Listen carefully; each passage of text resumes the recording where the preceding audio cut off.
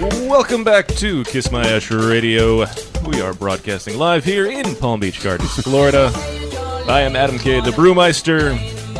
With me, of course, the slightly still intoxicated Lady M. Oh, yeah. I'm not intoxicated. I'm just, tired. Yeah. That's not a Modelo. Well, that's a non-Modelo. Not a Modelo in the morning. And, of course, the always exciting Honest Abe. Yes. And now it's time for what we consider to be our favorite part of the show. I want all of you to get up out of your chairs. I want you to get up right now, go to the window, open it, and stick your head out and yell. It's time to meet your maker. This week, we are pleased to welcome Nelson Ruiz of Moyer Ruiz Cigars. Nelson, welcome back to Kiss My Ash Radio. Thank you, guys. Now, you got... Well, go ahead. All right, no, please. I've had this question prepared for like a week.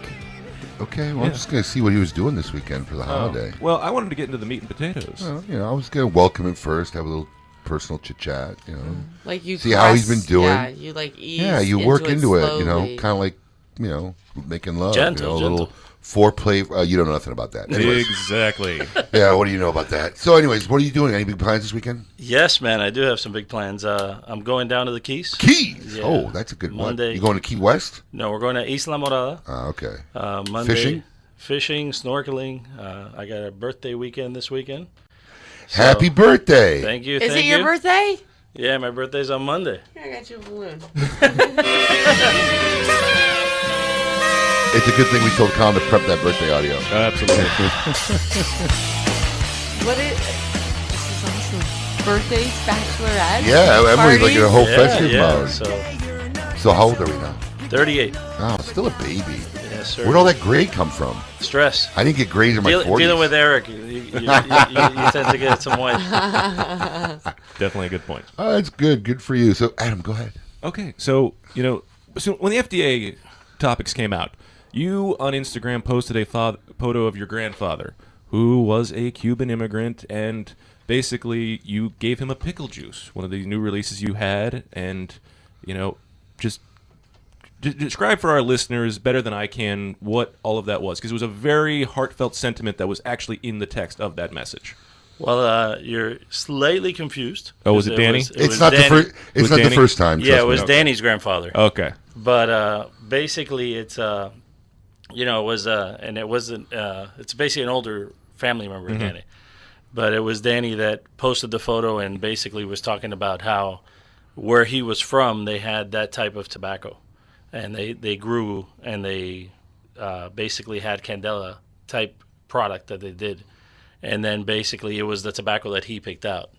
And then Danny went on to talk about it and talk about basically the significance it was to him. But it was Danny's family member. I read somewhere. Go ahead. Okay. Yeah. Let me take control. Thanks. I read somewhere that it was very important for your cigars to be crafted traditionally. And Tubado. Can you explain what Tubado is for our listeners? Basically, and why was that important for you? For us, it's the draw. So when the filler, we always hear that about Tubado. It's a great improvement on the draw. Explain how. When the filler is rolled, it's basically rolled almost like in little straws, because the filler tobacco is rolled as well. So it helps the airflow of the tobacco. So when we started trying different blends and they were rolling them in that fashion, it really appealed to us. So they're making like a bunch of mini little straws Exactly. in the filler? So the filler is like all these little... The filler tobaccos are rolled. Pretty and wild. then it's all basically done in that entubado Cuban-esque style. Now, you said you got gray working with Eric Espinosa, but seriously, your cigars are made at the La Zona factory. What's it really like working with Eric Espinosa? It's awesome, bro. Yeah? Yeah, they're very passionate. I'd say there's no warm. They're either hot or cold. So it's a lot of passion, a lot of energy, and they've brought us in, honestly, like part of the family. We argue, we fight. He seems to have a family that's growing there, too. He's His family's getting pretty big. Yeah, he's got a few little companies and Yeah. people He he's just had a making cigars daughter. for. That cute little girl, Brittany. What's her name? Brittany? Who had a daughter? Eric. Really? No, I'm talking about the girl that they brought in. Oh, Daughter. I was going to run with that one. no, that would have been crazy. Oh, God. But There's Charlie from Monado on Half Wheels, like typing all over. He's looking, searching. What daughter Half Wheel? Daughter Eric? What?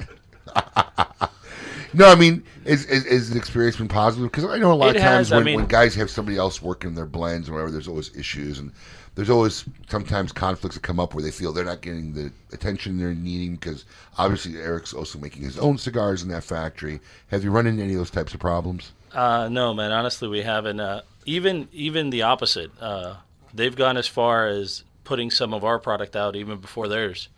Last year at the show, our shipment of cigars got in before Eric's did, which was a big, kudos to Eric that he gives us our word that he's going to do something and he comes through and does it. Also, the experience. I mean, Eric's been around the business a long time, and he's prevented us from making a lot of mistakes. A lot of things that as a newer company we might think is a brilliant idea. You might have done already, yeah. He's like, look, let's not invest in this. Invest in this, and he's kind of given us that guidance. And it's really helped us come a long way, I think. Priceless, Yeah. really. Anytime you can prevent making a big mistake. Oh, absolutely. It's a great no. Looked like you had to see something earlier. That's why. No. I guess not. Okay. You got a serious background with Cuban cigars in your family. How big of an influence was it in your brand development? It was funny because that's Or one was thing. it an influence at all? It was both me and Danny. That's one thing we had in common, that both of our grandfathers were involved in tobacco back in Cuba.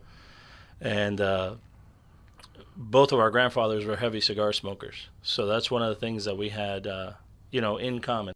I was born here in the States. I wasn't born in Cuba.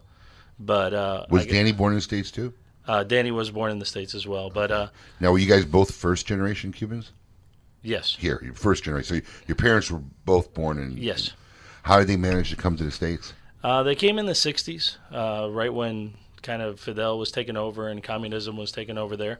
I'll tell you a funny story. My father was never a big cigar smoker, but when he got his first paycheck, he went to his dad, and his dad goes, I don't want money. I want you to bring me 7 cigars. And my dad did that for 46 years. So every Friday, he would go buy 7 cigars for my grandfather. You don't happen to remember what they were. All sorts of cigars. Back mix then, and match, Padrones were bundle cigars when I Right, was a little kid. yeah. And we used to go to the Padron factory and buy a bundle of Padrones and take them. The Palito factory. Yeah, they were the 1,000, the 2,000, or the number 1, the number 2, the number 3 back then. And so it was, as a little kid growing up, we'd go every Friday and buy cigars for Grandpa and take them over there. Wow. So Grandpa was the heavy smoker influence Correct. in your life. Do you remember the first time you got to share a cigar with Grandpa? I unfortunately never did. 'Cause, Really? When he passed You away, were too I young? was about 13. But it was the aroma and that kind of memory that when I got into it, it was part of us. When did you first get into it? When did you? About do you 17, 18. Do you remember what caused you to smoke your first cigar? No, I was. I remember at first when I first started smoking, I would want to stay awake when I was driving home. That's a good one. But unfortunately, I have to stop you as I have to go to break. We're going to have more with Nelson Ruiz of Moya Ruiz Cigars when we come back. This is Kiss My Ash Radio. Make sure you're keeping it lit.